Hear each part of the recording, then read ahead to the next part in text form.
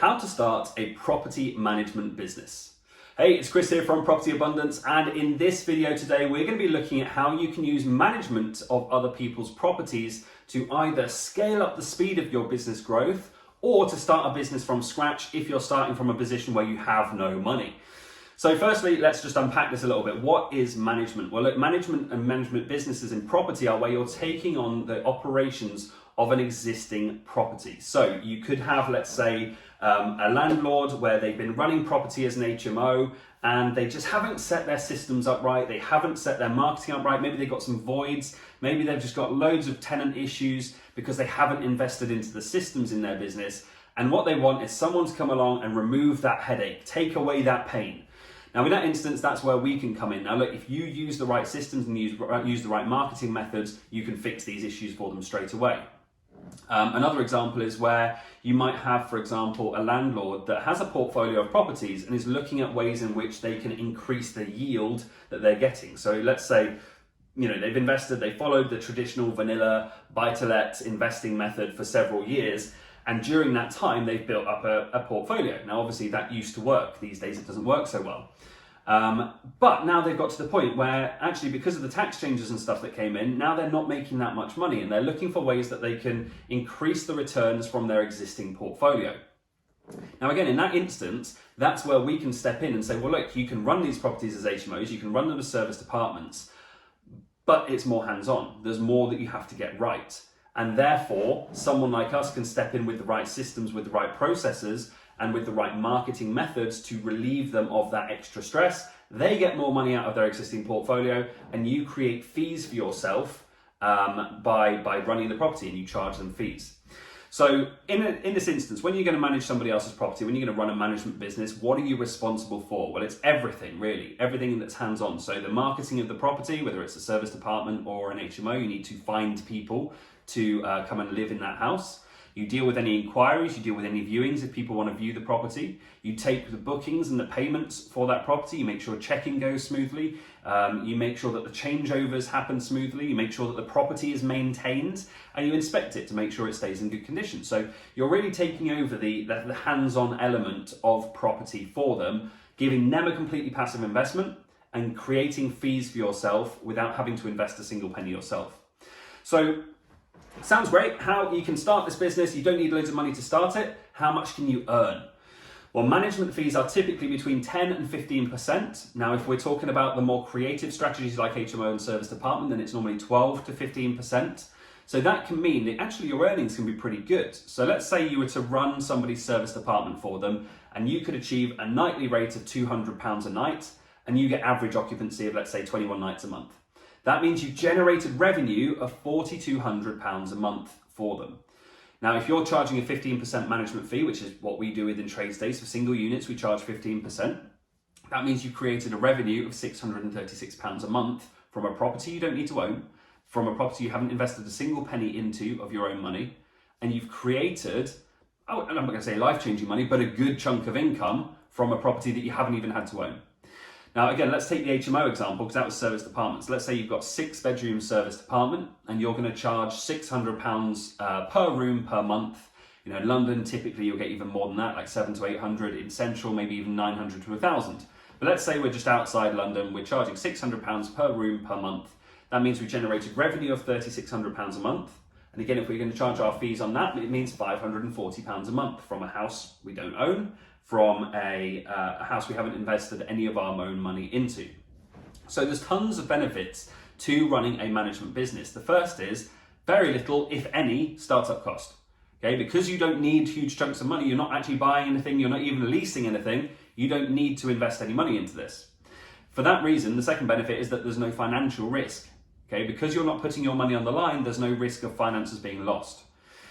Now, the third benefit is that this allows you to build up your portfolio of clients. Okay, now if you start taking on clients whose properties you manage and you start building up this portfolio of clients, that has several benefits. Firstly, you're going to start to get referrals. Okay, now we experienced this firsthand in our own business, and the first joint venture that I did with a landlord led to 7 further referrals. If you do a great job for somebody, you provide an income for them and you provide this hands-off passive investment, they're going to want to refer you. and landlords know other landlords. So you can get a great referral network started to build up. Now that can also lead on to rent deals. If people say, hey, look, would you actually be interested in maybe just renting this from me instead? You can get some rent deals that way. And also you can get investors. Now again, some of the landlords that we've worked with, starting off as JVs, moving on to management deals, sometimes doing rent with, they now invest in our deals. Okay, so they invest into trade stays because we've built up this relationship and we've built this portfolio of clients that you start to work with each other in different areas. So again, if you're looking for raising funds for your business as well, doing a great job and investing in, providing a great return on people's properties just by managing them can lead to people wanting to invest with you as well. So tons of reasons that you want to build up this portfolio of clients. Now, on top of this, it also allows you to build up your core operations without having to have any of the financial risk associated with rent to rent, with buying properties, with lease options, with any of those other acquisition strategies. So you can still build up your software, you can still figure out how you want your business to run, and you can build this core operation without any of the risk of the financial risk attached. And because it's fairly simple, and we're taking, it's quite an easy sell. Would you like to earn more money from your property and do less with your property? I mean, that's quite a compelling offer, right? Because of that, it means there's lots of potential clients out there. Now, knowing how to pitch to them, knowing how to get them on board is obviously where the art comes in. And if you want to learn more about that, what I'd suggest you do is grab a 30-minute consultation call with our team. So if you check the link down below in the description, you'll find a link where you can book a completely no obligation 30-minute consultation call where my team will help you get clear on how to do these things, okay, and what your next step should be. By the way, if you're enjoying this video as well, please do me a massive favor, hit the like button, give me a comment what your biggest takeaway so far has been, and make sure you subscribe to the channel to stay up to date with regular content like this. So, we understand the benefits of running a management business, but how do we find people whose properties we can manage? Okay, how do we actually get our clients? Okay, now we need a good client acquisition method. So several ways we can do this. The first, and I'd say the most important, is networking. Now that means, instantly that can send shivers down some people's spine. The idea of walking into a room full of strangers and having to pitch yourself, it's terrifying. But it doesn't have to be, okay? If you know what to say, if you go prepared, if you have your pitch prepared and you know what you're looking for and you're there with a very distinct goal, it can actually be a really, really good way of getting a lot of clients in a very short space of time. So get out there and network at organised events, network online, go and just talk to more people, tell more people what you do. Now networking doesn't have to be these formal organised events, it can just be getting your message out there much wider. So do it as widely as you possibly can. The second place is social media. Now the more you can promote your business online, the better, because this is free, okay? This costs you nothing to have a profile, to promote on your personal profile, to have a page for your business and start promoting and showing people what your business does and talking about the kind of returns your investors are getting and talking about how it works and how you help people. You will start to get leads that way. Now, the more prolific you can be with that, the more you can engage with community groups on social media as well, like ones dedicated to serviced accommodation or HMOs or property investing in general, the better. Now, to supplement this, we also want to have our digital presence felt, okay? So we want to have a website. Now, that doesn't need to be anything super complex, but you need to have some online presence to give you credibility. There's no businesses out there in 2023 when I'm recording this that doesn't have a website. If you don't exist online, you kind of don't exist. So you need to be discoverable online. So that means you need to have a website. You need to regularly update it with organic content. And again, anytime you do a photo post on social media, anytime you write a blog article for social media, every time you record a video like this for social media, make sure it gets onto your website. And that's going to do two things. Firstly, it's going to give you more content in your website. So if someone does click on it, it's not just a bare page. Secondly, the more you can update your website with organic content, regular posts, regular updates, the more findable that website becomes just on an organic Google search basis. Because it's an active website, because it's providing lots of content, it makes it more discoverable. You can also then share that content elsewhere to create backlinks to your website. Now, linked to that is directory sites. Now, you may have heard of sites like Yale.com, where the online version of the old Yellow Pages. Now, again, this is a great way to not necessarily get loads of incoming leads, but to certainly create backlinks and help the SEO of your existing business. Now, people do search on Yale.com for property management businesses. So make sure that you are everywhere. Make sure that you're making the most of these sites where, again, it can be free to advertise or you can have a premium advert. So it doesn't have to cost you the earth, but make sure you're there, make sure you're listed, because that can be a good source of A, free leads, and B, backlinks into your organic website as well, so that you can get more higher ranked with your SEO. And finally is our good old staple, which is adverts. Okay, everybody that we coach undervalues the return on ads. Okay, paying for advertising is just taking the shortcut from trying to do it for free. So we pay for Facebook ads, we pay for Google ads, we pay for Bing ads, we pay for all sorts of advertising within trade states because it brings us leads and that creates a return on investment. So advertising should only ever be seen as an investment rather than a cost. A lot of people see it as an expense. It's not. It's bringing you leads that have a conversion rate. You can directly measure, it's the great thing about digital marketing, you can directly measure what that lead has cost you to get. And you can figure out what your cost per spend is and therefore what your return on advertising spend is. So the more money you put in, if you've got a 3 times ROAS, or 3 times return on ad spend, you put £1 in, it creates £3 of revenue. So you know if you put £100 in, it's going to create £300. So then you can reinvest that £300 to create £900. Reinvest that to create £2,700. And once we have clear digital marketing stats like that, it becomes very easy to scale up your advertising. But that leads us nicely on to how do we scale this business? Okay, if we start to manage other people's properties, what's the easiest way to scale this and actually grow it into something that is going to create life-changing money for you?